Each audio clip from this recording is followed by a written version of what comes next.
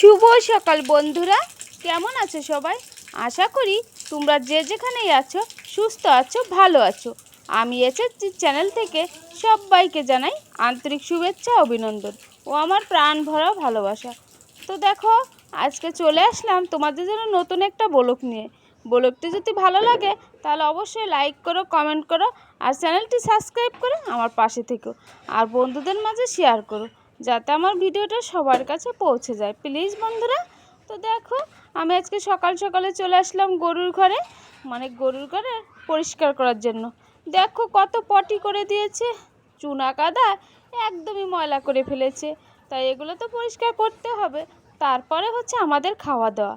তাই সকাল সকাল চলে আসলাম গরুর ঘরে, কারণ গরুর ঘরটা যদি পরিষ্কার করে না দেই তাহলে তোরা একদমই থাকতেই পারবে না। আরও অবলা প্রাণী, ওদের তো আর কোনো নেই, ওরা হচ্ছে অবলা জাত। তাই ওদেরটাই আগে পরিষ্কার করে দেই, তারপরে আমাদের কাজ সেরে নেব। তাই সকাল সকালে চলে আসলাম গরুর ঘরে, ভাবলাম আগে গরুর ঘরটা পরিষ্কার করে নেই, তারপরে অন্য কাজ করব।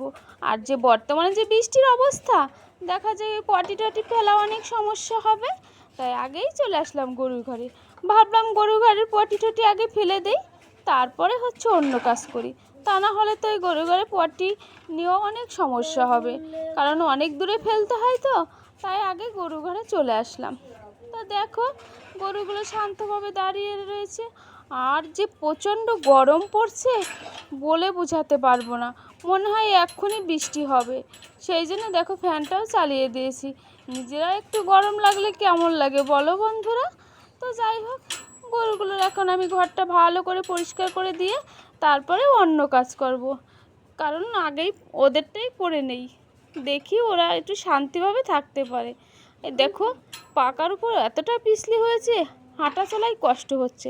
তাই আমি খুব আস্তে আস্তে যাচ্ছি, কারণ আমার অনেক ভয় লাগছে যে ফিলিসকে পড়ে না যাই, পড়ে গেলে তো অনেক প্রচণ্ড ব্যথা পাবো এবং পাটার সমস্যা হবে। এদিকে আমি হচ্ছে কাপড় পরেছি, তো কাপড় পরে একদমই আমি পারি না, নিচের দিকে নেমে যাচ্ছে আর বারবার টেনে উঠাচ্ছি, তারপরে পড়েছি। কারণ কি তা জানো? কারণ অভ্যাস তো করতে হবে, একটু বয়স বাড়লে তো একটু পড়াও লাগে, সেই জন্য আমি অভ্যাসটা করছি। আর ওদিকে দেখো, গরুটা আদর খাওয়ার জন্য কিভাবে শান্ত হয়ে আমার মাথা নাড়ছিল, তাই ওর কাছে একটু এগিয়ে গেলাম আর ওকে একটু হাত বুলিয়ে দিলাম। ওরা তো অবলা, ওরা তো আদর খাওয়ার জন্য দেখো কিভাবে শান্ত হয়ে রয়েছে, কারণ মানুষ যদি না বুঝলে ওরা কিন্তু ঠিকই বোঝে নাই গো। তো দেখো কতটা শান্তভাবে আদর খাচ্ছে, আমি ওর গাটা হাত দিয়ে দিচ্ছি, আদর করে দিচ্ছি, চুপচাপ দাঁড়িয়ে রয়েছে। তাই এখন আমি ভাবলাম যে মানুষের থেকে ওরা কিন্তু বেশিই বোঝে।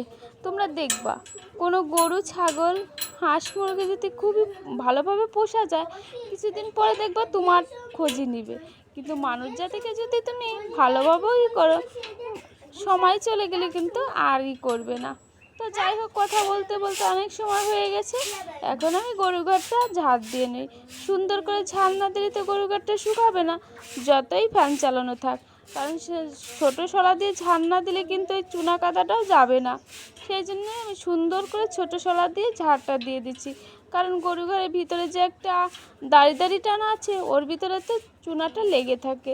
তাই আমি ছোট্ট একটা শলা দিয়ে ভালো করে ঝাড় দিয়ে দিচ্ছি, তারপর উপরে ফ্যানটা তো চালানোই আছে, পরে শুকায় যাবে। আর যদি ঝাড় না দেয় তাহলে তো শুকাবে না। তো যাই হোক, আমি ঝাড় দেওয়ার কাজটা সেরে তারপরে অন্য কাজ করব। তো দেখো, আমি সুন্দর করে ঝাড়টা দিয়ে দিচ্ছি। আর গরুগুলো কিন্তু সভ্য, কতটাই সভ্য, আমি যেখান দিয়ে ঝাড় দিচ্ছি ওরা কিন্তু সেখানে যাচ্ছে না। কত লক্ষ্মী প্রাণী ওরা, ওরা সবটাই বোঝে, শুধু বলতে পারে না।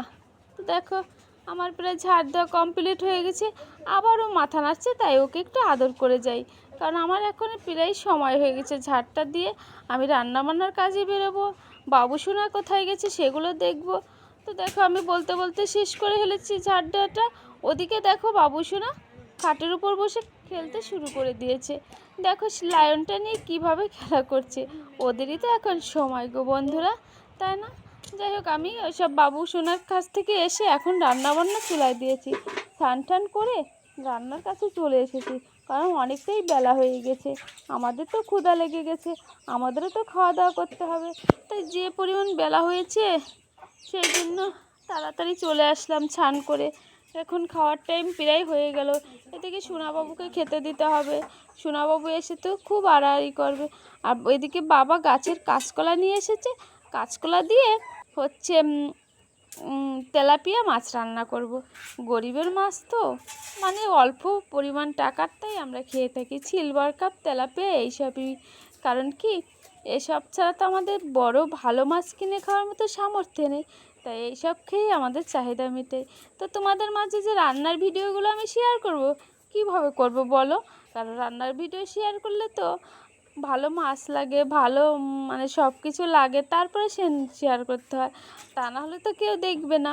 সেই জন্য টাকার অভাবে রান্নার ভিডিওটা তোমাদের মাঝে শেয়ার করতে পারিনি।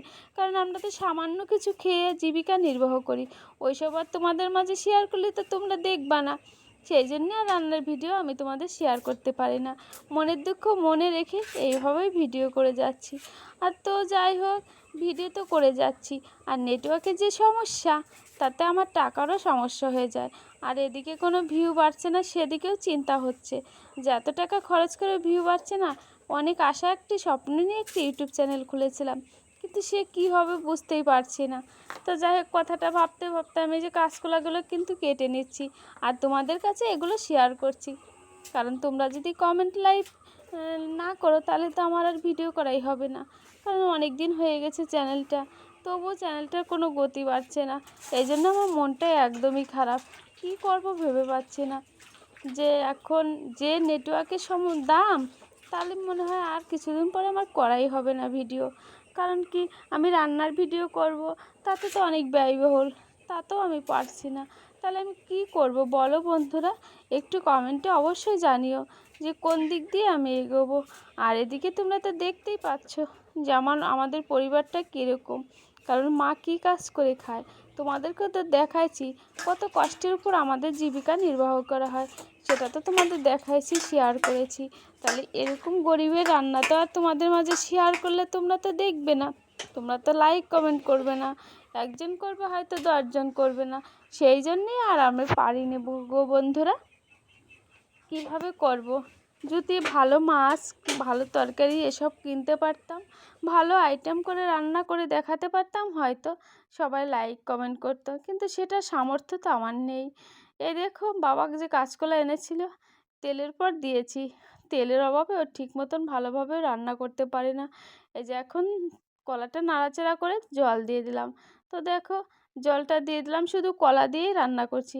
এর ভিতরে যদি কচুরমুখী কিংবা অন্য কিছু দিয়ে রান্না করা যেত, হয়তো অনেক সুস্বাদু হতো। কিন্তু আমাদের তো সেটা সামর্থ্য নেই। যেটা ছিল সেটা দিয়েই আমরা সন্তুষ্টভাবে রান্না করেছি। দেখো, এই যে কথা বলতে বলতে কিন্তু আমার রান্নাটাই প্রায় শেষের ভিতরে হয়ে গেছে।